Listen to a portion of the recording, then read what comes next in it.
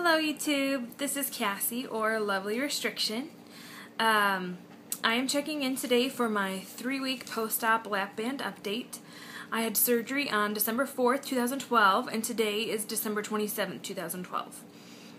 It's been since my 2-day post-op I have not checked in, and I'll get into why in a few minutes. It's been really crazy in my life, but first off, let's start with the stats. Oh, actually, let me just say, I apologize if you hear my dog barking in the background. Right now, she's gnawing on my hand. I'm trying to keep her quiet. She's a little puppy. She's about 4 months old. And we have a cat that she doesn't get along with, so she will probably be barking throughout this video, and I apologize. Anyways, my stats. I started off my entire weight loss journey at 286.4 pounds. On my day of surgery, I was 265 pounds, and today I weighed in at 258.8, so I have had a total weight loss of 27.6 pounds. I am really excited about that. So, yeah, it's been an interesting couple of weeks. Let's start out with, on my day 6 post-op, I flew to Dallas. I live, just a little south of Chicago. So, yeah, I had about a 2.5-hour flight to Dallas on my 6-day post-op for a business trip for work. It was a big conference. I'm a nurse, and I work for a plasma donation company, so we were having our first ever national medical conference. So it was pretty much one representative from every donor center we have in the country, and a bunch of the doctors who oversee our centers were there, as well as the like our chief medical officer and things like that. So it was a pretty big ordeal. We stayed in this ridiculously fancy hotel, fanciest hotel I've ever stayed in. It was a Fairmont, and it was so nice. And to go along with that, they were serving some freaking luxurious meals, okay? And I was on full liquids. Let me just say that as well. I was on full liquids while I was on this trip. So there was a lot of temptation, but I did really good. I stuck to my full liquids. The hotel was extremely accommodating to me, as well as every restaurant I went to. They were willing to serve me creamed soups, or if they weren't able to serve me a cream soup, they were willing to puree my soup for me, which, because I had some nutritional needs, I went along with the pureed soup, even though it wasn't quite in the phase of the diet that I was in. It was all good. I did have one complication from surgery. Let me see here. It was No, come here. It was the second day of the conference. So it would have been, I flew in on a Monday, which was day 6 post-op. Day 7 was the first day of the conference, so it would have been day 8 post-op. I had, on my arm, there was a red spot that developed. It looked kind of like a bruise, but it was very red. It was warm to touch, and right underneath the surface of the skin there was a lump, and it was very painful. My puppy, here, I'll show you her. She is crazy puppy. She has surgery tomorrow to have her lady parts fixed so she can't have puppies. So I'm trying to give her lots of love today. Anyways, sorry, I keep getting off topic. Yes, this red spot on my arm, it was super tender, painful. There was like a faint red line that led to another spot which had been developed a couple days before that I just thought was a bruise, but it was reddened as well. So anyways, I called my doctor's office from Dallas at the conference, and they said they thought it was a little bit of phlebitis, which is like inflammation of your vein, which I thought it was either that or maybe a small blood clot. They were thinking it was more towards the phlebitis. So they ordered me to take ibuprofen. I know it's like against the lap band rules, but this was my surgeon's office.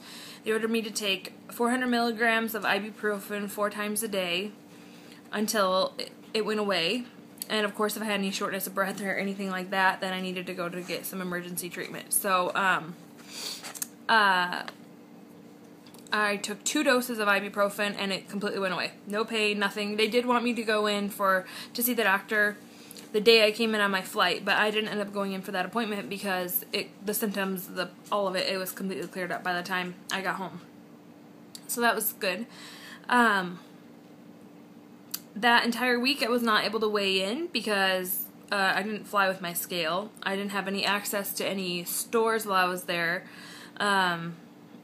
We were just like stuck at the hotel or the restaurants that they took us to. And there was no scale at the hotel. So yeah, I didn't get to weigh in that entire week. So that was kind of nerve-wracking. I can be completely honest in saying I don't have my record of what my weight was right now with me for the day I got home, so I don't even remember what I weighed when I got home. I know I did not gain. I did have a loss, and I think it was like 1 or 2 pounds that I lost while I was there, so that was good. And then as soon as I got home, I had while I was in contact with my doctor's office, I had talked to them about possibly progressing up to some pureed or soft food because I was starving, like seriously starving.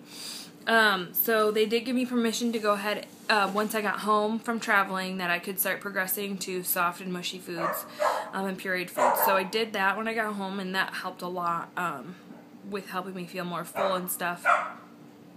I had my first post-op visit the Tuesday following that. Right? Yeah. I had it last week on Tuesday. Come here. Stop that, Tess. I'm sorry. I told you my dog was going to be a problem. My husband is really sick, so he can't really watch her right now while I do this video.